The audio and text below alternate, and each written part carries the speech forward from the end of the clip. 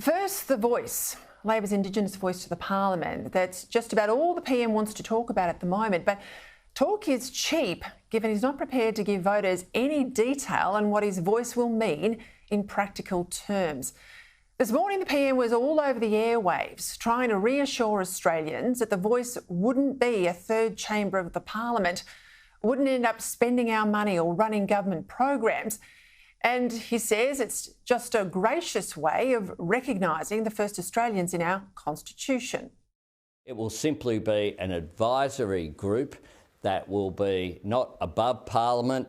Its advice doesn't have to be taken, but it does have to be heard. It won't be a funding body, that it won't administer programs, that it will be elected or appointed by Indigenous people themselves. An advisory body to be called The Voice, to be created to give advice to government, to the Parliament, about issues that directly impact Aboriginal and Torres Strait Islander people. Well, despite all of that, that's not what his referendum proposal says. First, it says there will be a voice to the Parliament. So it will exist independently of the Parliament, and thanks to the Constitution, it'll be locked in. Second, his referendum proposal says that The Voice may make representations to the Parliament and to the executive government on matters relating to Aboriginal people. Now, that's effectively everything, because everything that affects Australians affects Aboriginal people too. And third, his referendum proposal gives the Parliament sweeping powers to determine, and I quote, the composition, functions, powers and procedures of this voice. But the PM won't go into any detail about just what this might be in practicality. He talks too about Aboriginal people electing this Aboriginal voice, meaning there will have to be a race-based electoral roll in this country. What the Prime Minister, though, is asking for from you is a blank cheque based on the vibe, to demand you support a new body that he says we need to drive equality, but which will only entrench inequality and racial difference in our nation's most important document. What he's trying to do is harness the goodwill that almost every one of us has towards Indigenous people, but to go much further than that, to give Aboriginal people an effective veto over what government does. After all, it was Anthony Albanese himself who said that only a brave government could ignore any of the Voice's recommendations.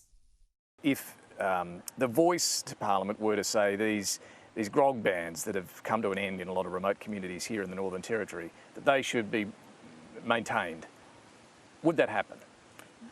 Well, it would be a very brave government that said it shouldn't. Make no mistake, whatever else might happen this year, The Voice is the big change that the government's asking us to make ourselves. Constitutional changes are for keeps in a way that mere legislation is not. That's why people should be absolutely confident that it's changed for the better, rather than just something that seemed like a good idea at the time, but turns out to be something altogether different. If the government can ignore The Voice, the referendum proposal should say so.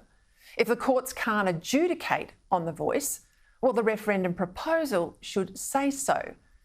And if The Voice can only deal with things that specifically refer to Indigenous people, again, the government's proposal should say so. It should all be spelt out so that there can be no subsequent ambiguity. Guess what? The PM will do none of this, because what he really wants is a wide-ranging Indigenous body that could effectively direct the government and the Parliament, handing very wide scope to the High Court to interpret and potentially expand any voice over time. And in a sign that Labor's desperate this vote gets up, it's bending over backwards to shut down any alternative information getting to you. We already know the taxpayers are funding tax deductibility to the tune of millions and millions for the Yes campaign, but no such tax deductibility for the No side. Labor hopes to pass legislation next month to stop MPs and the Electoral Commission from giving you information about both sides of this issue. A law to stop you getting information. That's right. And now the latest move to shut down opposition to The Voice With new powers announced on Friday for the Australian National Media Regulator, called ACMA, to stop so-called misinformation and disinformation online. I'll explain what that means in practical terms a little later in the show, but it's Orwellian in the extreme. It's Ministry of Truth stuff, says one of my guests coming up.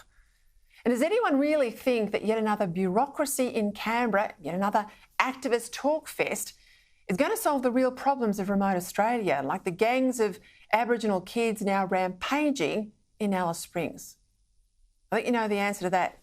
And so too do the locals living with this violent reality. We'll find out a bit more there when I speak to the Mayor, as I said, in Alice Springs, who today demanded federal government action rather than talk and more platitudes.